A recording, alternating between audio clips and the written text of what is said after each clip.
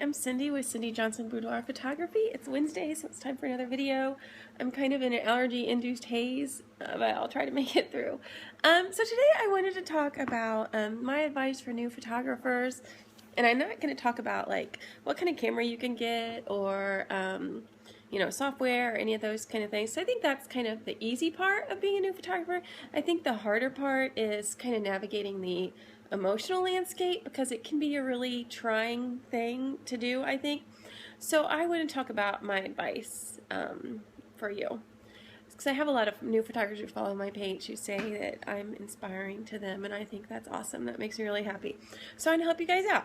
So, okay, you just got this cool camera and you decided to be a photographer. Everyone's telling you they love your pictures, and maybe you're just kind of branching out from taking pictures of your own family. That's how I started. Took pictures of my own family. Other people would say, I love those pictures. My friends would say, can you take pictures of my family? And I would. And then friends of my friends would ask, and it would just kind of snowball from there. It just kind of started off as a hobby and then went into something more. And then when I found my genre that I absolutely love, boudoir, I knew it was something that I would want to do the rest of my life. Well, let's say you just got a camera, you're starting to take better pictures, and you're excited about it, and you probably think you're super awesome. And this first stage is like, I am awesome, but you actually suck. And it's like if you post on like one of those groups that says, tell me about my pictures, you know, the constructive criticism group, do you have any advice? A lot of times other photographers will be really mean to you, and that's definitely not a fun place to be. It can get you to be in a very defensive place, and you can feel really bad about where you are. But usually can just kind of barrel through that because you think you're so awesome. And I would say in the beginning there's a 99.9% chance that you are over editing, because every one of us did, whether we'll admit it or not. I look back at my first photos, absolutely they're over edited. Back down on the actions, back down on any editing you're doing. It's a powerful tool, and like when it's new to you, you're really excited about it, and it can kind of be overused. So the next stage, after you think you're awesome and you actually suck, is the stage where you think you suck and you're okay. Like you're starting to learn more, but your vision usually kind of grows more than your skill does, grows quicker than your skill level does. And so you have these visions in your head of things that you want to accomplish, and you just can't get them done. You can't make them happen in camera. And that's a very, very frustrating place to be. And it's kind of a dangerous place to be. I think it's when a lot of people give up because a lot of people around them are telling them, oh, you're not any good, and then you feel like you're not any good, so it's really hurtful, and you're like, should I just give up? This stage, I really recommend not following a zillion photographers.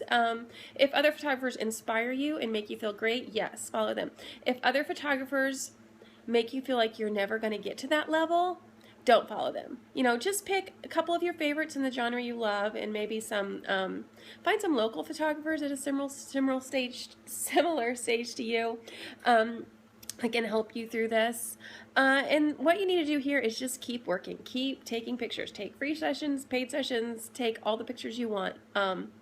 Just keep learning. That's the best way, I think, with photography. Is you can do all the sort of classes and book learning and online learning that you want, but the main growth comes from just taking pictures, just taking so many pictures. And then the next stage after that is where you're okay, you're okay, you still can get frustrated because there are visions you have that you can't quite get, but most of the time you can get them and you're feeling pretty good about where you are, and that's kind of where you should be the rest of your life, that there's still learning to do, but you feel like you're getting better. If you get to the point after this point where you're like, damn, I'm awesome, I don't need to learn anything, you might need to look and make sure you didn't go back to the stage where you suck, because everyone can learn forever, and every session I do, I feel like, oh, that was better than the last session, like there's something that I've tweaked, something that I've learned a bit from. So that's where you'll be. You'll never feel like, oh, I've arrived, I am awesome. Like probably because there's always more to learn, always growth to happen. So one of the things that people really have problems with in all these stages is how other photographers treat them.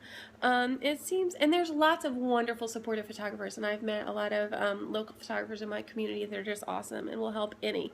But I've also met photographers in my community that are not very nice. And especially towards new photographers, there's this big thing of, oh, well, you're not a photographer, you're just a mom with a camera. Well, I'm a mom with a camera, that's what I am, but I'm still a photographer. And if there's some kind of like test I had to pass to be called a photographer, I'm not aware of it, so maybe I can't actually call myself that. You know, it's just silly. It's silly if anyone says, oh, well, you're not a photographer. It's like, well, if you're taking pictures, and especially if you're getting paid for taking pictures, you're a photographer. But it's like a hard psychological thing to get past. For a long time, people would ask me what I do. I'm like, oh, I'm a stay-at-home mom, but I take pictures sometimes, you know, just for fun. And then it came out, well, you know, I'm kind of a photographer. And I'm like, yeah, okay, I'm a photographer. Like, it took a long time to even get to that point where I could really say that, because there's so much criticism from everyone around. Everyone's like, oh, you're not a photographer. I'm like, oh, okay, well, maybe I'm not. Maybe I can't call myself a photographer for some reason. But don't listen to that crap. They all started at the same place that you started. They all started, no one starts out an expert. If you aren't going to try anything unless you can start out as an expert, you're not going to get anywhere in life. You have to be willing. You have to be willing to suck. You have to be willing to suck at everything in order to get good at anything. So just keep going. Don't listen to them. If they have a lot of criticisms, pricing's a huge one a lot of times. And I think I've talked about this before, but I think a lot of meanness and a lot of lashing out definitely comes from a place of insecurity. There's something about you that's making those established photographers insecure, and that's where they're lashing out at you. And especially like when they're lashing out at prices, like if you're doing a session for $50 and that's where you are and that's what works for you right now, cool, do it.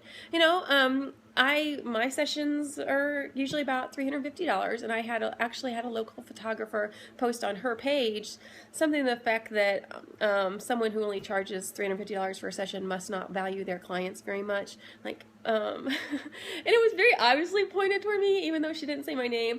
But, you know, I think that's absolutely ridiculous. Each of us has a different business plan for what works for us. For me, I love to take pictures. I love to work, and that currently is working for me. Will that change someday? I don't know, maybe.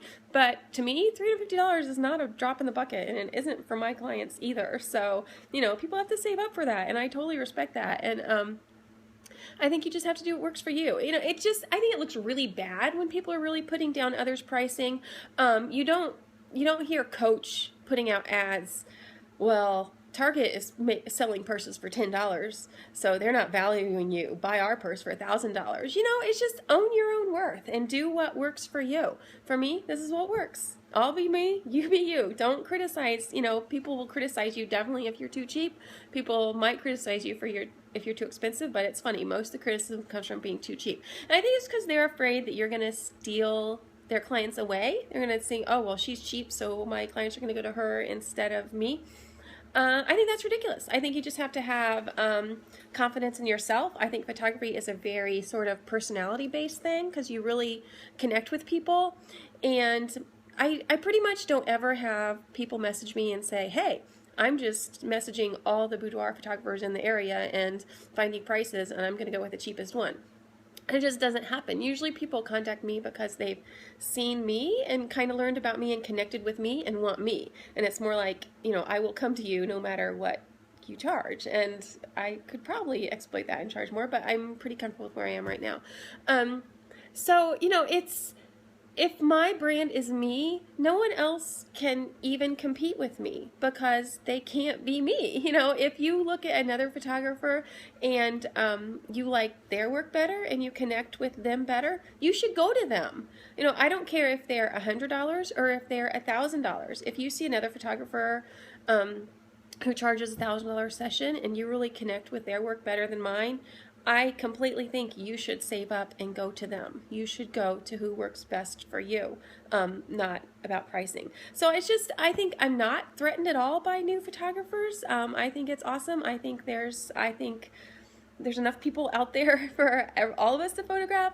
So, you know, if people are mean to you, kind of realize it's coming from a place of insecurity and just keep doing you and keep taking pictures and keep growing and realize that when you're seeing other photographers' images, you are seeing their highlight reel.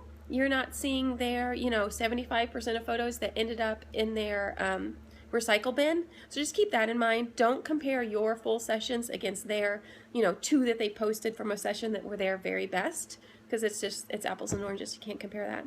So I'd love to hear about your experiences as a new photographer, especially whether anyone's mean to you as you started out, and also any other photographers out there, what advice you have for new photographers. Thanks.